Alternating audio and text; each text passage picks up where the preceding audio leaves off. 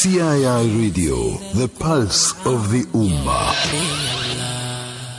Yes, sir, people, you heard it right. CII, the pulse of the Ummah. Hey, I'm sure Rafeek can say that just like that because he's on 2 million different platforms. He hosts so many shows on all these platforms, and he's a master. He's a doctor in comparative religion. He's the president of IFRI. He's a spiritual man, and he's someone that I resonate positively with. Rafeek Hassen, assalamu alaikum wa rahmatullahi wa barakatuh. And, you and I think, have become dinosaurs on the platforms of CII Radio, Rafeek. Wa alaikum salam wa rahmatullahi wa barakatuh. Yes, Rafeek, alhamdulillah. But I think these dinosaurs are still kicking strong. So, alhamdulillah, Allah must give us the strength to carry on, inshallah. Yeah, no extinction. You don't have to do carbon dating or carbon taking with us. Yeah, paleontology, all that Rafeek can tell you about. But I'm reading this correspondence that has come for you, Rafeek, and inshallah, you got 10 minutes to comment on that. Let me read it. Please refer to Brother Rafeek for comments. Assalamu alaikum. A certain political party branding itself as an Islamic representative is making headlines for the wrong reasons. It seems as a minority movement is selling its soul to the highest bidder. Surely we should object. Please shed some light on how Muslims should act in the political arena. Shafiq from Havenside, Chatsworth. That's a good question, Rafeek. How do you respond? You have the next 10 minutes. Bismillah. Bismillah ar-Rahman ar-Rahim. Alhamdulillah Rabbil Alameen wa salatu salam khataman nabiyyin wa ba'd. Well, Brother, we are in interesting times politically in this country, but and also we are let's use the word, we are a maturing democracy, right? 30 years has gone by. I think we should have achieved more in terms of our understanding of how democracy works. It's a game that this politics and democracy is a game, and it's got rules. And you got to know how to play the game. You got to play the game according to the rules and beat them according to their own rules. So, having said that, we have entered a phase now of what we call coalition, or what we use another word, alliances. Making alliances and coalition, or making a treaty, making a backdoor agreements with other parties so as to get the required number of votes, to run a municipality. In this case, currently the question is asking about, the choosing the mayor, that the whole saga carrying on right now in Johannesburg, the largest metro, not only in South Africa, but one of the largest metros in Africa. Now, so there's nothing wrong from an Islamic perspective in making an alliance, in making a treaty. The Nabi Sallallahu Alaihi Wasallam, if you read Surah At-Tawbah, the chapter number 9 of the Quran, the very first verse, it starts off about, the agreements and the alliance which was made between the Prophet ﷺ and the pagans, the mushrikeen.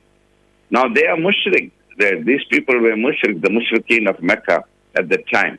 But Nabi Sallallahu Alaihi Wasallam had to enter into alliances with them on certain terms and conditions, and also for some mutual benefit.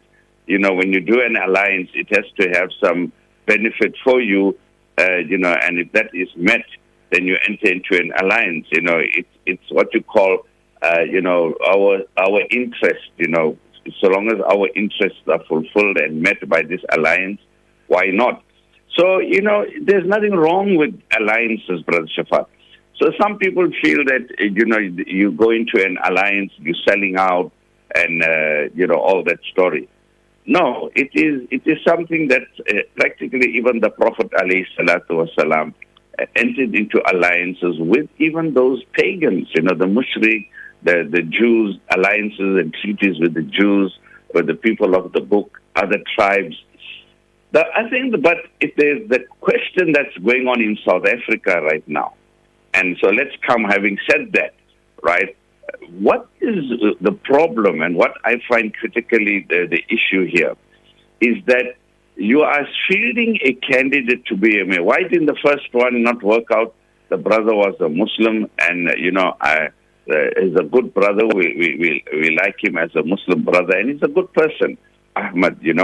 But the problem is, being good person. But are you the right person for the job? These are two separate issues. Shafat is a good person.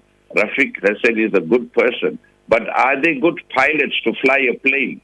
It's no good, hey, I like you, and you are very good in comparative religion, and you're very good as a journalist and a radio interviewer. That's alhamdulillah. But can you fly a plane? Can I trust you with the 400 passengers on this airliner to fly this plane? That's another matter altogether. You have to get the person who's competent and qualified and experienced to do that. Now, unfortunately, the problem with the kind of alliances and deals that are being made by Al-Jamaah and ANC and EFF and all this backdoor. So I'm saying there's nothing wrong with the backdoor negotiations, right? It has to be done. Unfortunately, that's how the game works, right? Unless you change the rules of the game. But currently, that's how the game works. I think the problem is that people are putting, self-interest and putting the party interest above the interest of the issue at hand.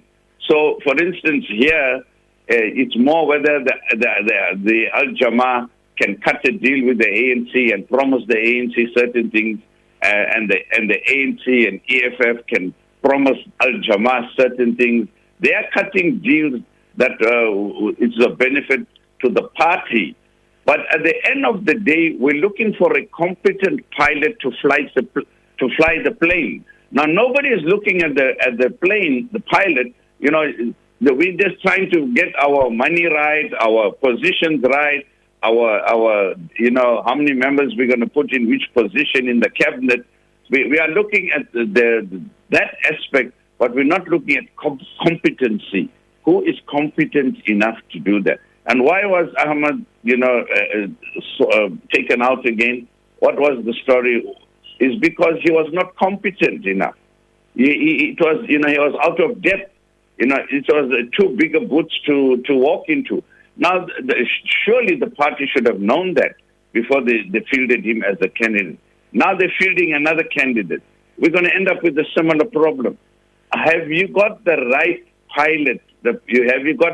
Or are you bringing a truck driver to fly the plane? Or are you bringing a motorcycle, scooter driver to fly this commercial airliner?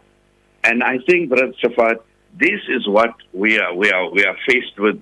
And I think it's time South Africa, and this is not happening only now in this coalition politics with Al-Jamaah. Let us not just accuse them. This is happening for the last 20 to 25 years, even with the majority party, the ANC government, with the government at hand, where they were putting jobs for pals. They were calling it cadre deployment. Because you are a member of our party, we put you in. And let's face it, look at what they have done. Look at over the years. Look at all the cabinet ministers and the ministers over the years. And I'm sure, Brother Chef, you've been studying them. When they appoint ministers for certain positions, you'll find they will take a medical doctor like Aaron Motselewe, who is a medical man, and they put him in Home Affairs. Now, what is he going to do in Home Affairs when and they'll put a lady who knows nothing about health to be the Minister of Health? You understand what I'm saying, Brother? And this is what is going on in our modern day politics in this country.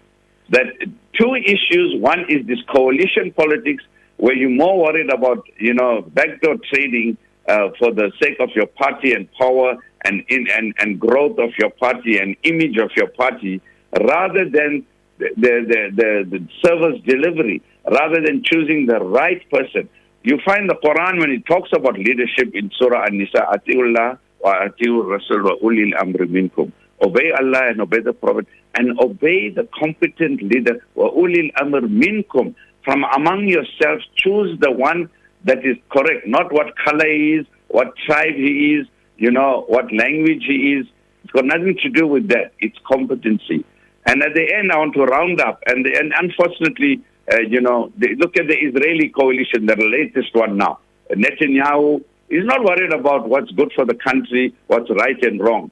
He wants to, use his influence, get out of prison, stay out of prison. He made a deal with the most extreme right-wing, maverick extremist politicians in Israel, just for self-interest, not what's good for the country, but what's good for his personal interest. And the Quran tells us as I end, in chapter 2, verse 5 of the Quran, when you do these things, the Prophet ﷺ entered into alliances. But what did he say? وَتَعَاوَنُوا عَلَى الْبِرِّ وَالتَّقْوَى. When you enter into these agreements, you must do it on the basis of what is right. And taqwa, you must do it with consciousness that you're doing the right thing. وَلَا تَعَاوَنُوا عَلَى الْإِثْمِ وَالْعُدْوَانِ. And do not enter into these alliances and do not cooperate with people, for the wrong reasons and for wrong things and to sin and transgression. وَاتَّقُوا. Be fearful of Allah. Inna Allah shadidul iqab. For Allah is strict in punishment. Allah regards this as a serious offense.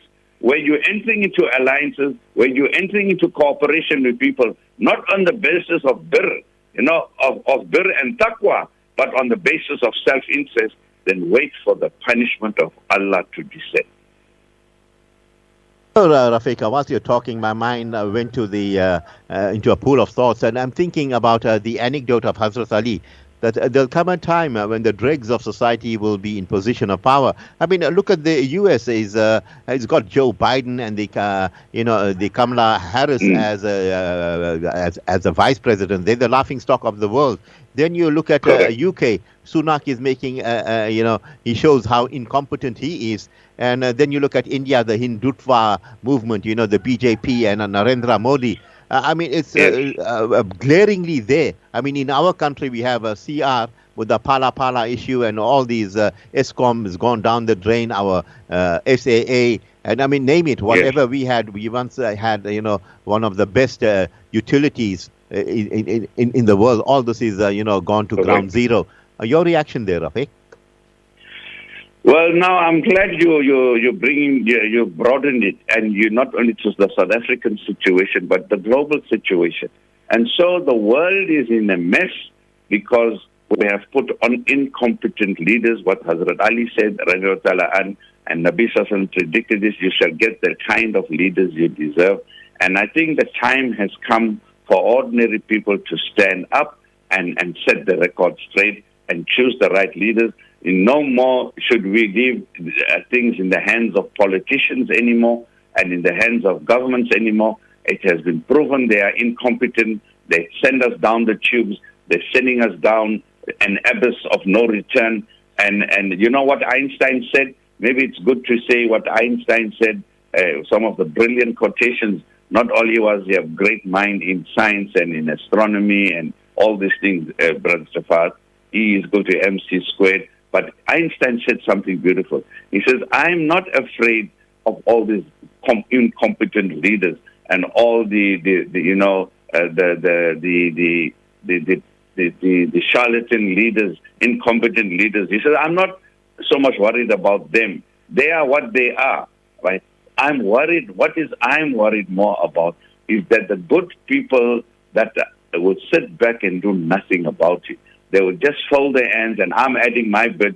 They will be sitting on a musalla, they'll be sitting with a tasbih in the hand, and they'll be praying so much, but they won't be doing anything to change the situation.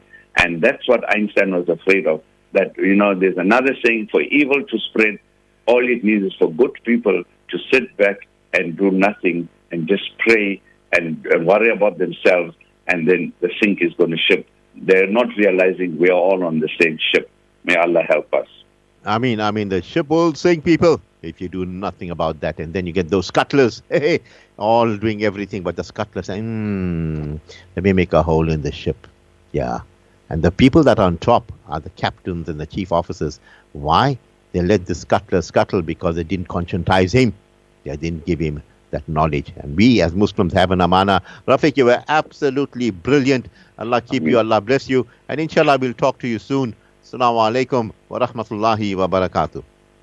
Alaikum salam wa rahmatullahi wa barakatuh.